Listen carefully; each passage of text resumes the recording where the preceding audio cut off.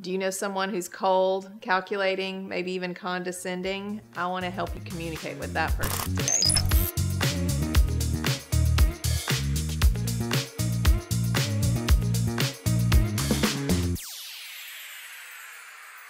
Welcome back. I'm Stacey Harris. Before we get started with this week's episode of the Help for Leaders podcast, I'd love for you to click here to subscribe, hit that thumbs up, ring that bell so you're notified each week when we post a new episode. Today, we're going to talk about that conscientious, compliant, high C style. So this is the fourth episode in a series of people reading. We're really talking about how to read the DISC styles because it's an observable language. It's also a neutral language. I don't know if I've mentioned that on this series, but it's a neutral language, meaning there's no right or wrong. There's no best style. We're just all different. And so we really need to understand how to communicate most effectively. So if we think about that, my style is not right. My style is not wrong. I'm just communicating in a specific way. Maybe it's effective, maybe it's not. And so stress actually impacts our ability to communicate in a productive, healthy way. It causes those margins that we have to shrink in. And so I started this episode saying condescending, cold, and calculating. Obviously, that's not the high C's desire. They're typically very cautious, compliant, conscientious. Those are some of the descriptor words. They're also very precise individuals. They love to analyze data. So a way to actually read their style quickly, they're more reflective. So they're kind of sitting back, less assertive, reflecting, even asking questions. So their style is doing more asking, possibly, than telling, because they want details, they want information, they want all of that data. So again, they're precise, they're analytical, they're reflective, asking questions. So not a lot of hand gestures, like the high I and the D. The S is less reserved facially, but I'd say the C is the most reserved style when it comes to body language in communication. So that's also a clue for you as you're observing different people and reading styles. So I'd encourage you to think of someone that you know really well. Does any of this resonate? If not, go back and listen to the 3 weeks previous and maybe you can really identify some of those characteristics and traits. I've been talking about percentages of the population. So 18% of the US population has this high C style. Now I will tell you that most of us, over 75% of people, are combinations of these styles. We're not just one. So understanding the differences and how the combinations work is also key to communicating. But let's jump back to that conscientious person. So they're asking the questions.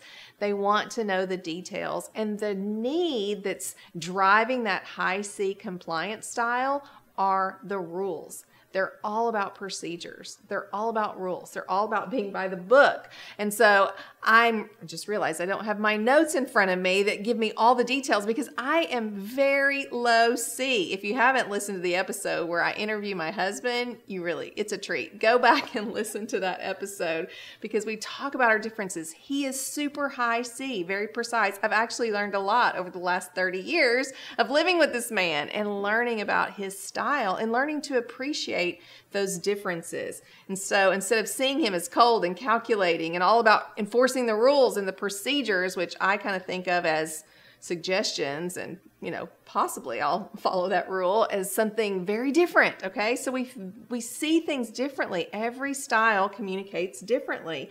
So the C wants information. That's what they're looking for. So the need is the rules, to follow the rules, enforce the rules, but they need information.